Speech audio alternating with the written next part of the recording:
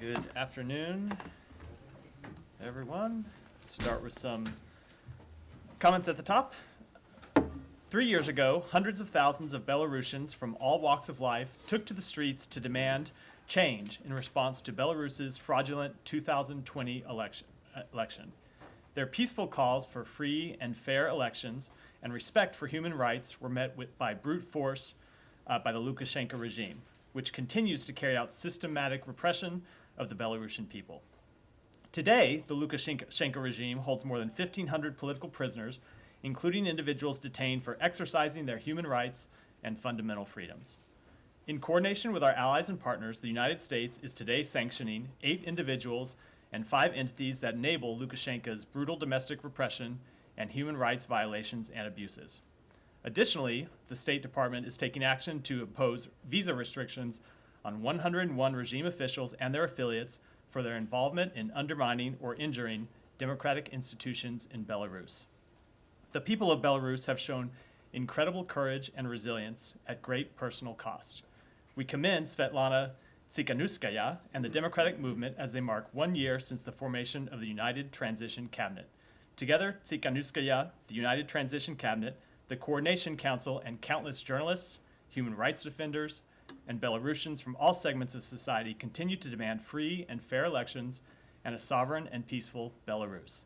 They have refused to give up hope for a brighter democratic future, and the United States will continue to stand with them. With that, Matt? Okay, that's all? That's all. Okay, let me just start very quickly. I hope we can dispense with this rapidly. Just on Haiti and the release of the 2 Americans, do you have anything more to say than the language that came out earlier today? I will say that we welcome the reports of their release. We have no greater priority, of course, than the safety and security of U.S. citizens overseas.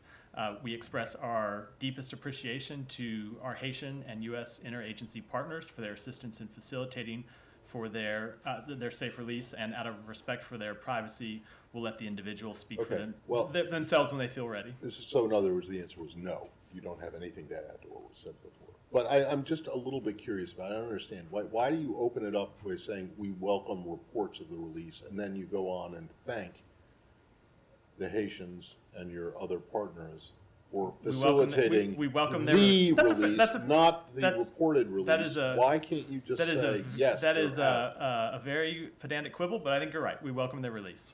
Correct. I don't think it's pedantic at all. I didn't think you would, but you're right. You're right. I'll edit myself. We welcome their release. Right. Fair point. And then on Niger again, just any more detail on the amount of aid that has been paused, the specific amount of aid and what specific programs. I know that you went into this a little bit yesterday, and the situation of President Bazoum. No more detail on the number of aid or specific programs beyond what I said yesterday. With respect to President Bazoum, we are greatly worried about his health and his personal safety and the personal safety of his family. In all of the conversations Secretary Blinken has had with President Bazoum, inquiring about his safety has been one of the first things he has brought up. It is one of the reasons that Acting Deputy Secretary Nuland wanted to see him personally when she was in the country on Monday, and it's a matter that remains of concern to us. Thank you. Could I just pursue that briefly? You say they're greatly worried about his condition. Is there something new that has developed that makes you think that either his conversation with the secretary or other information? I don't want to give specific details from the conversation, but obviously he's been there for a number of weeks now. And as the time goes on, as he's held in isolation, it's a situation that is of growing concern to us. Can I just follow up on that? Yeah. We actually do have his party saying Bazoum and his family were being detained under cruel and inhumane conditions with no running water, no electricity, no access to fresh goods. Does the United States aware of these specific conditions? I will not speak to specific conditions. I think it's hard for us to do from Washington, D.C., a long ways away, but I have no reason to dispute those reports. Right. Matt, back here at home, I don't know if the state was able to watch any of this pretty gut-wrenching testimony from these Gold Star families earlier this week of the 13 service members that were killed in Afghanistan 2 years ago now.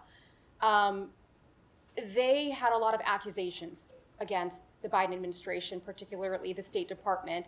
They felt like the administration botched this withdrawal, that they then try to cover it up, and that they feel that they haven't been explained to properly in terms of what led to the decisions that were made that ultimately led to this fatal blast. What's state's response to that? I will say that obviously our hearts go out to those family members.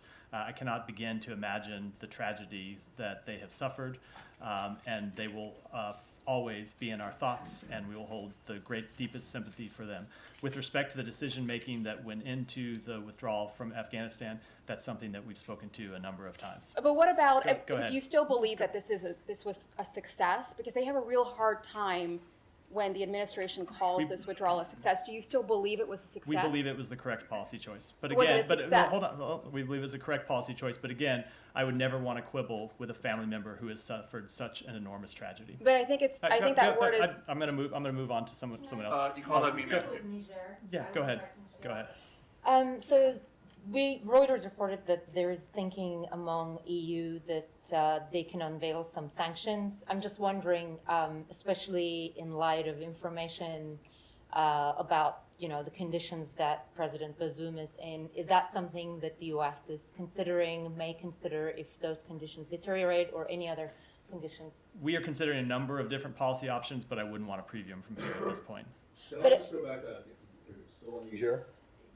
Just one thing, are you guys still trying to reverse this? I guess that's like linked. Absolutely. But I mean, absolutely. what avenues do you have left for that? We continue to engage with our partners in the region. We continue to engage with other governments. The Secretary has discussed this a number of times with the French Foreign Minister.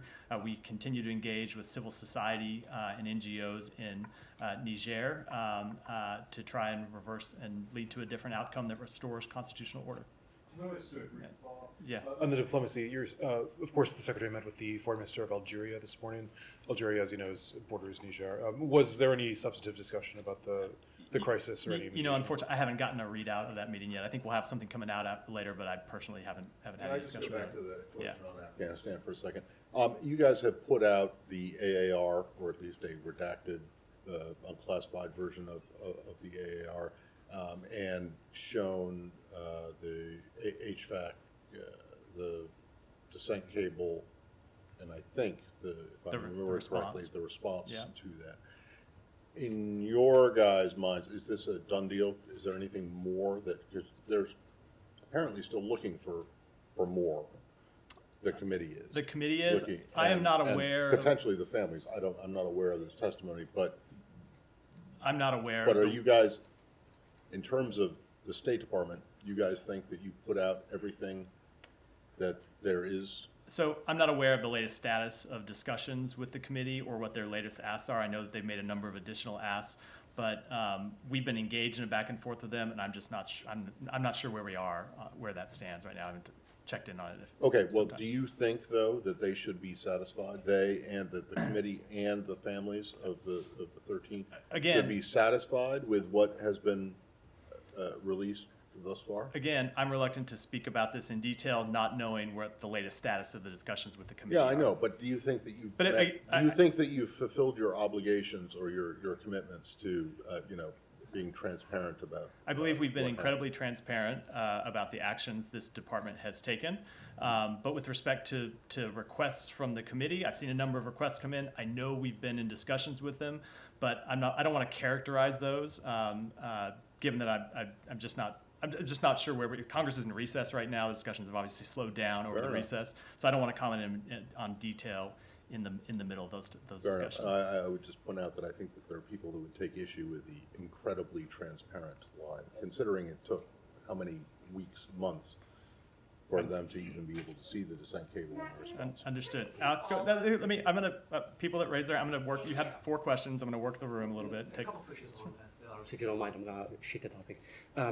Before the human rights angle, there are reports that another Wagner camp is being built in Belarus. Ukraine confirmed it. Do you have anything about it? So we do know that some fighters some Wagner fighters are in Belarus.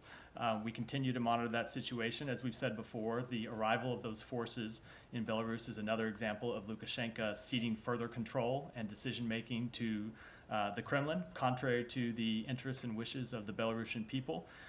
We continue to look closely at the actions that Wagner forces take against the interests of the countries where they operate, and we'll continue to take actions to hold them accountable. But with respect to any specific reports of a new camp, I don't have any comment on that other than to say that of course we've seen Wagner forces redeploying to Belarus, and as I said, that's obviously not an action that's in the interest of the Belarusian people. And what is your assessment on how Poland and other frontline states are dealing with increasing threat from Belarus? That Poland mhm. and we have full confidence in the actions that Poland, which of course is an important ally of ours, takes. On human rights, back to your topic, can you assure Belarusian opposition, democratic forces that the administration has done in these 3 years everything you can to support them? New sanctions on 100 regime officials are welcomed, but why did we wait for 3 years to punish them? Are there other Lukashenko officials still out there? I don't think we have waited. We have taken a number of actions over the course of the last 3 years to hold Belarusian officials accountable. We have spoken to this on a number of occasions. We have made clear that we stand with the Belarusian people, and the sanctions that we rolled out today are just the latest in a long series of sanctions that we have imposed. Alex, that was 3. I'm going to try to work. Just related to your topic. I'll come back to you if there's time, but I want to make sure other people get a chance. Yeah, thank ahead. you, Matt. You may be aware that the Russian companies are still active in Iraq, and that there is a big issue between the U.S. and Iraq that due to your sanctions on Iraq, the Iraqi government cannot pay the bills to Russia. And I am aware that since February, the Iraqi government are in close contact with the U.S. Government to get some sorts of waiver to pay the bills that owed to Russia. My question is that, have you waived Iraq to pay any bills to Russia, and then notwithstanding with your sanctions on Iraq, but what's your reaction to the Russian companies that are still active in Iraq? So first of all, no, we have not. We continue to implement all of our sanctions on Russia. There has been no change to Iraq policy vis-a-vis Russia. We have stood firm, of course, in opposing Russia's unprovoked invasion of Ukraine. Since Russia has shown no signs that it intends to de-escalate or enter into serious negotiations, we will continue to impose costs, including by reducing the amount of revenue it receives from its oil and gas sector. And finally, I'd say Russia has clearly demonstrated it is not a reliable supplier of energy, and repeatedly used foreign dependence on Russian energy to influence other countries towards the Kremlin's interests. But the bottom line is, no, we have not changed our sanctions. Are you going to put any restrictions on the Iraqi government while they are letting the Russian companies to be active in their country? We will continue to enforce all of our sanctions, but beyond that, I wouldn't want to preview any specific action from here. Thank you. Go ahead. I'll come to you, Olivia. I'll come to you next. This week, the Washington Post reported that China hacked into Japan's sensitive defense networks beginning in 2020. Are you worried that Japan's cybersecurity capability could slow the information sharing with Japan? And a follow-up, do you expect that President Biden will discuss cybersecurity at the upcoming U.S.-Japan South Korea summit next week? So we obviously saw those reports. I will leave it to the government of Japan to speak to them specifically. Obviously, cybersecurity is an issue that we take seriously. We have encouraged both domestic U.S. companies as well as our allies and partners to take steps to strengthen their defenses, as we have taken steps to strengthen ours. And I would, without getting into specific previews of that meeting, which I will, to a large extent, leave to the White House. Of course, cybersecurity is an issue that regularly comes up in discussions with our allies and partners. So come to Olivia next. As the Biden administration today rolls out these new rules limiting certain American investments in certain Chinese tech sectors, has this department engaged on the diplomatic front to understand the possible reaction or retaliation from Beijing? So this is actually an issue that came up in our meetings in Beijing when we had a back and forth, a very detailed back and forth with Chinese government officials, and one of the things that the then Chinese foreign minister objected to quite strenuously was reports that we would be imposing outbound investment controls. And I won't get into their objections in details other than to say that they objected to those as they have objected to our export controls and other measures that we have taken with respect to China. And the point that the Secretary made clear in those meetings is that the United States has taken and will continue to take whatever actions we believe are necessary to protect the national security of the United States. Sure. I mean, Chinese officials here, the Chinese ambassador here said publicly that, this would be viewed as a provocation by the Chinese government. So have they previewed any potential responses in these recent conversations, either with the Secretary or more recent conversations? Not that I'm aware of, but one of the things that we have made clear to them repeatedly in all of our engagements with them is that we will continue to say things and we will continue to do things. And by do things, I mean taking policy actions that they object to. But we will do that because we believe it is in the national security interest of the United States. And we have also made the point to them a number of times that we believe it's important that even though we will be taking these actions, just as they take policy actions that we don't agree with, we think it's still important that we have the ability to have conversations about our areas of disagreement so we can make sure that the relationship doesn't deteriorate and so that we have the ability to manage through crises and manage through other situations. Go ahead. Thanks, Matthew.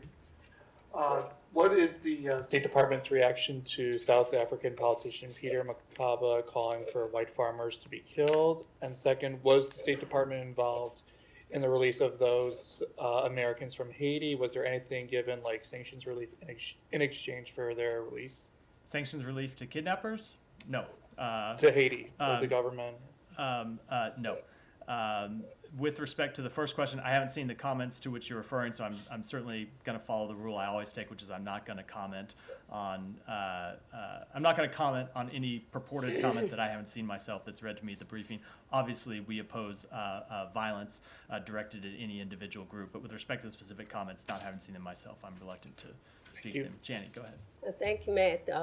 North Korea is currently operating the Kaesong Industrial Complex, which blew up 3 years ago. And North Korea and China are working together to export products.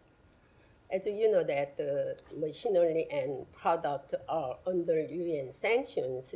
Do you have any comment on that? Only that we will continue to enforce our sanctions and impose new sanctions when necessary. But the military uniforms produced here are being sent to Russia.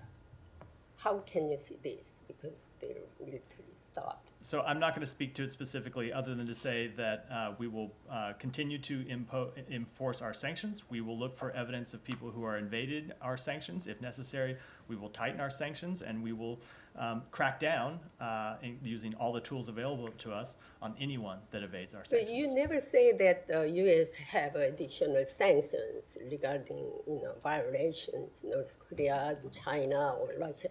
Why not? Because I don't make announcements from here before we have imposed a sanction. I don't like to preview anything that hasn't yet been imposed. So and that's true with respect to every country in the world. Go ahead. Thank you. Today, a delegation from the United States, including your embassy CDA, David Berger, visited Kurdistan and meet with Kurdish officials. I would like to inquire about the topics covered and how you would characterize your policy in Kurdistan. Is there anything new to share with us today? No, with respect to the visit, I would refer you to the embassy in Baghdad. Go ahead. Thank you, sir. Jahaz Ali from Airway News. A couple of days ago, on the arrest of Imran Khan, you said there are cases that are so obviously unfounded that the United States believe it should say something about the matter, and the U.S. has not made that determination in this case. So what is it in Khan's case that makes you think it is not unfounded? What criteria do you use to make that determination if it is a founded or unfounded case? I will just say that we continue to believe that these are matters for the Pakistani people to decide. Our bottom line principle is that we continue to call for the respect of democratic principles, human rights, and the rule of law in Pakistan as we do around the world. So Pakistani Ambassador Masood Khan called on the U.S. to engage more closely with Pakistan as it continues to grapple with a host of threats, including last week's suicide bombing that killed at least 63 people. How can U.S. Can help Pakistan counter the ongoing terrorism threat to the region that threatens both U.S. economic and security interests in the region? So we deeply value our relationship with Pakistan, including our relationship with respect to counterterrorism. We have supported Pakistan through a number of pieces of assistance to help with counterterrorism, with other law enforcement activities, and we'll continue to do so. So one last question, if you allow me. What is the U.S. role in tamping down terrorism in the region after 20 years of war in Afghanistan? I'll just say, as I said, we continue to support Pakistan's counterterrorism operations. Go ahead, say next. Thank you so much. We have seen ups and downs in U.S.-Pakistan relation in recent past. What kind of confidence building measures are being taken to avoid mistrust between these two countries? My second question is, there is upcoming elections in Pakistan. We already spoke a few days ago. Will U.S. sending independent observer to monitor the general elections in Pakistan? I'm not aware if a decision's been made with respect to sending observers. With respect to your first question, we will continue to engage directly with the Pakistani government, as we do at a number of different levels, and we will continue to engage in people-to-people contacts with Pakistan, who we consider a close partner. Go ahead. Wall Street Journal reported this morning that the U.S. and Saudi Arabia had agreed to a broad strokes plan for normalization with Israel. Any veracity to that? And where are we in that process? I saw that report. I think it vastly overstated the reality of the situation. We continue to discuss the possibility of normalization of relations between Israel and Saudi Arabia with Israel. The Secretary has traveled personally to the region to discuss this.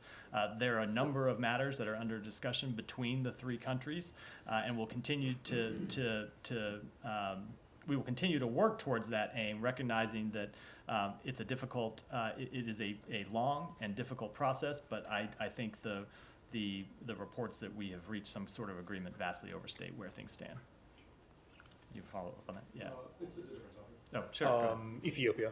Yeah. I think this might have been addressed briefly before, but the situation Amara, the Ethiopian military today is saying that it's defeated fighters there. I mean, does the United States have any information on the humanitarian situation there, and any general comment about where things have gone there? Let me take back the question on the humanitarian situation and see if we have any details that we can provide.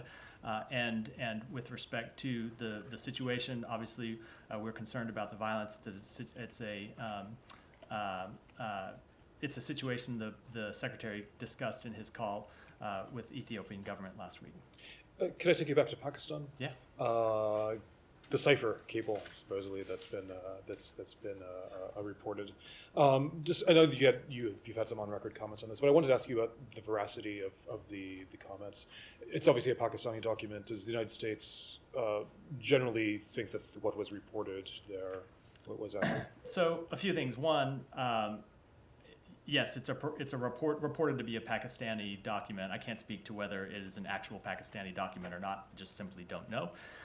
With respect to the comments that were reported, I'm not going to speak to private diplomatic exchanges, other than to say that even if those comments were accurate as reported, they in no way show the United States taking a position on who the leader of Pakistan ought to be. We expressed concern privately to the government of Pakistan, as we expressed concern publicly about the visit of then Prime Minister Khan to Moscow on the very day of Russia's invasion of Ukraine. We made that concern quite clear, but as the former Pakistani ambassador to the United States himself has stated, the allegations that the United States has interfered in internal decisions about the leadership of Pakistan are false. As we've stated, they're false. They've always been false, and they remain false. Just to pursue that briefly, I guess the money quote in that was saying that Pakistan would, or that Imran Khan personally would have continued isolation because of his visit to Moscow. Can you explain that in terms of, I mean, if we take that as given that was an accurate comment, what that meant? So without stipulating whether it's an accurate or comment or not, if you take all of the comments in context that were reported in that purported cable, I think what they show is the United States government expressing concern about the policy choices that the Prime Minister was taking. It is not in any way the United States government expressing a preference on who the leadership of Pakistan ought to be. You can go, I think what I'm hearing is that essentially the substance of this report and the purported Pakistani cable back to Islamabad is accurate. But you're saying that but it is not the U.S. saying that So Prime Minister Khan, then Prime Minister Khan, should leave office. Is that correct? Close-ish. I cannot speak to the Close-ish. veracity. Close-ish. Then I'll explain what Ish. I mean. I'll explain what I mean by close-ish. That's a diplomatic term of Exactly. art. I'll explain what I mean by that, which is I cannot speak to the veracity of this document. Okay. What I can, let me just finish. What I can say, even if those comments were all 100% accurate as reported, which I do not know them to be, Yeah. they do not in any way show a representative of the State Department taking a position on who the Okay. leadership. They're commenting But on. you can on- understand, though, perhaps you can understand why other countries might think when the U.S. weighs in, even in a way like this, that it is taking a position on it. So, I mean, I can think, name like 5 or 10 leaders who the United States has sought to oust, including some that it has been successful in ousting, although not only after military invasions. So, it's not an unprecedented thing for a country to think that the U.S. is trying to pressure it into, or trying to make its views known about who it thinks should be the leader of a country, right? I will say that I can understand how those comments, number one, could be taken out of context, and number two, how people might desire for them to be taken out of context and might try to use them to advance an agenda that is not represented by the comments of themselves. And do you think that's what's happening here? I think a number of people have taken them out of context and used them for political Intentionally, purposes. I won't speak to intentions, but I think that's what's happened. Thank you. I'm going to continue to go to people that haven't had questions yet. Matt is here every day with questions, so the people that I will return. I appreciate that. Go ahead. Thank you, Matthew. You may have seen this letter, and tell me if you have or haven't. Several U.S. lawmakers, including Chip Roy, have written a letter to the State Department saying that Finland is trying to silence Christianity. Have you seen that letter? It came just the other day. I haven't personally seen that letter. I'm sure it's here under review. Okay, this has to do with a member of Finland's parliament, Pavi Rassinen. She's going back on trial in just a few days. She was found not guilty of hate speech for sharing a biblical-based view on marriage and sexuality in a 2019 tweet. But as I remember, you're not following this case, I'm right? just not familiar with the letter. All right. Maybe you can get back to me on that and see if there's any reaction. Two, I'm sure you know this. The FBI has been accused of spying on Catholics here in the U.S. This based on a memo out of the FBI office. Congress has looked at this. Does that accusation of spying, the U.S. government, the FBI, spying on Catholics right here in the U.S., in any way undermine the State Department's ability to evaluate religious freedom globally? I'm trying to think how I can answer that without commenting on an FBI matter, to which I should, of course, refer comment to the FBI and the Justice Department. But no, I don't think in any way, I will say it generally, I don't think in any way actions by the United States government with respect to any of these issues undermine our ability to speak out about repression overseas. And Gita, go ahead. Thanks, Matt. Iran's president has promised to bring down the hammer on women and girls who are not observing the mandatory hijab. Any comments? Yeah, I saw his remarks. It is our belief, as we've said before, that women in Iran and everywhere should be free to wear what they want. Iranian women should not have to worry about Iranian authorities using surveillance technology or any other methods to impose control over them. And the United States has and will continue to take action to support the human rights and fundamental freedoms of the people of Iran, including the women and girls of Iran, and to work with allies and partners to pursue accountability for the perpetrators of human rights abuses. Thank you. Go ahead.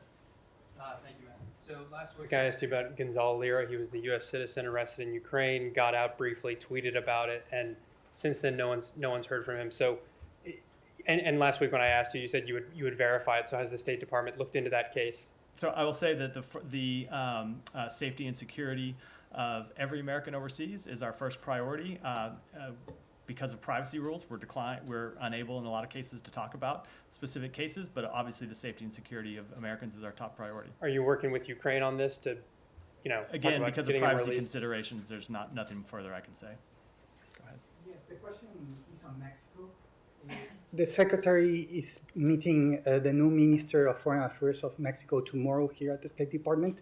How big you think the topic of fentanyl will be in the meeting, and will they discuss the situation at the Rio Grande with this floating barrier that Mexico has complained about?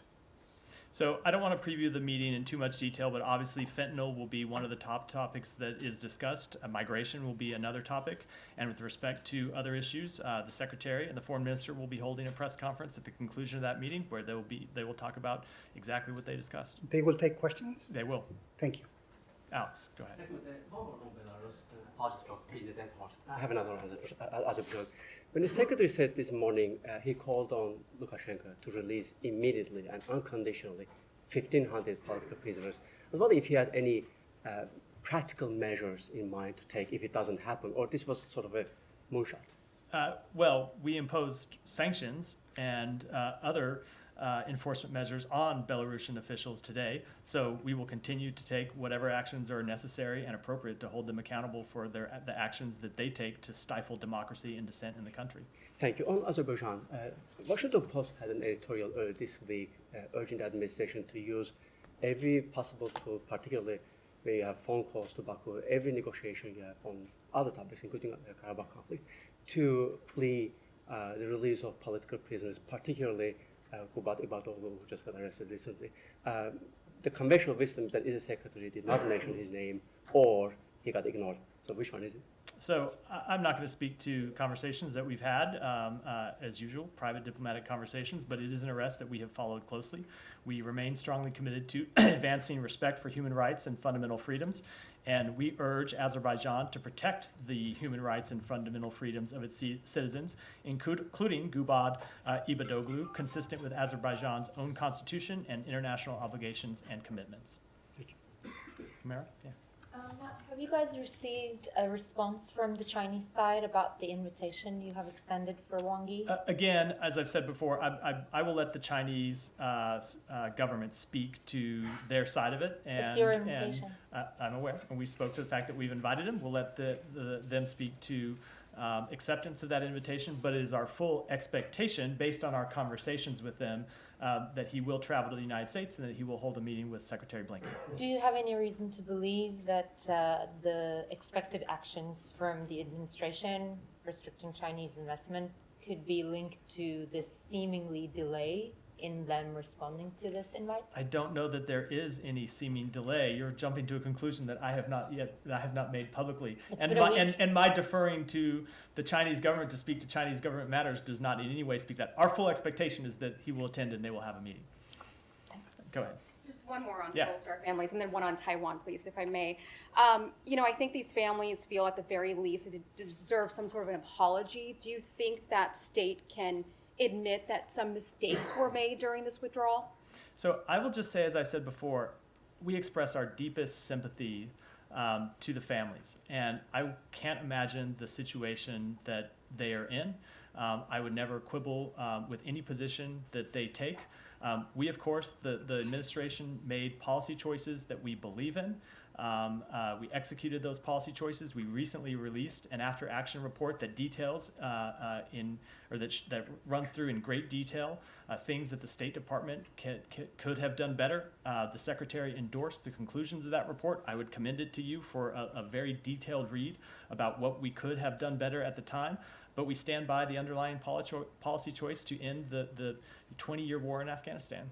And then one on Taiwan. The island has been reporting that there's been some large-scale Chinese Air Force incursions that have happened this week. What's state's reaction to that? I won't speak to those specific reports other than that I will say we have always urged China not to take actions that would escalate cross-strait tensions. Kylie, further back than usual today. Sorry, what? To ping pong for a second, but just It's one okay. quick question on Haiti and the nurse that has been released with her daughter. Do you guys know where she is right now? I can't speak to that level of detail just with respect for their privacy. And I think given the situation that they've been through, they should be the first ones to address, to speak to the media about their situation, not me from a podium in Washington. Can or will the U.S. government assist them in getting back to the United States if that's what their plan is? I don't want to speak in detail to that question because I don't know what requests they have made to us, but obviously we always try to assist U.S. citizens in foreign countries if they need help exiting a country. I would expect we would do so here, but I just don't want to speak specifically to the situation that they have not yet spoken to publicly. Okay. And then one quick question on the Wall Street Journal report today on the Saudi Arabia normalization with Israel conversations. They've reported that there's an agreement on a path to normalize relations between the two countries. The White House has said that that's going a little bit far. There's a lot of conversations that need to be had before that path is agreed to.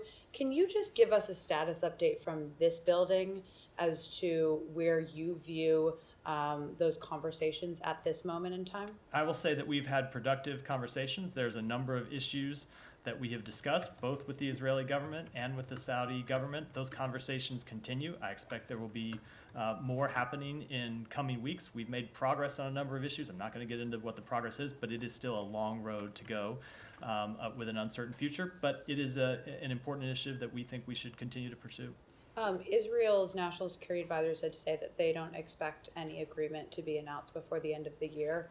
Would you concur with that assessment? I wouldn't want to put a timetable on it at all. And then last question, the Wall Street Journal said that part of the conversations between the U.S. and Saudi Arabia on this are putting pressure on the Saudis to distance themselves from China as part of an agreement to normalize Saudi-Israel relations. Is that part of this conversation? Not that I'm aware of. Again, I don't want to speak to it in details, but from our perspective, the purpose of this agreement is to increase stability in the region and to normalize relations between the two countries. Potential agreement. Yeah. Thank you. I think I'd made clear we don't have agreement, but yes, in case anyone would take that out of context, go ahead. To ask, it seems like the State Department used to host the annual International Religious Freedom Summit. I know that summit has kind of continued on a more private capacity and the State Department participates in it, but please inform me, why do you guys no longer host the IRF Summit? I'll take that one back and get you an answer. Go ahead. You had your hand up. Go ahead. Thank you. I have a question on the initiative by the President of the United Arab Emirates, who offered to organize a meeting between Presidents Putin and Zelensky in Dubai at the climate conference. And reportedly, he already talked with Biden about that. Whether there is any conversation between State Department and the White House about the possibility of that, and how would you look at this initiative? So I'm going to let the White House speak to any conversations the president may or may not have had. And with respect to any meeting between President Zelensky and President Putin, I would say that is a decision for President Zelensky to make. We have made clear that Ukraine is in the driver's seat when it comes to deciding the future of Ukraine, and that is true with respect to any potential negotiations. I would add, however, that President Zelensky has made clear for some time, including since before the outset of this war, that he is open to conversations with Russia that respect Ukraine's territorial integrity and Ukraine's sovereignty. So I will let him speak to when he is ready or when they would have any such conversations. But the impediment has always been and continues to be that Vladimir Putin has not renounced his imperialist aims, has not renounced his belief that Ukraine is not a real country, in his words, and has not withdrawn his troops from beyond Ukraine's borders. So with respect to any negotiations, though, I will defer comment to the Ukrainian government. And, One more? Yeah. On a possible meeting between Secretary Blinken and Foreign Minister Lavrov at the UN General Assembly, although it's still away, but maybe there is any preparation underway, and if there are any plans to have to organize a conversation between them to discuss such issues as grain initiative.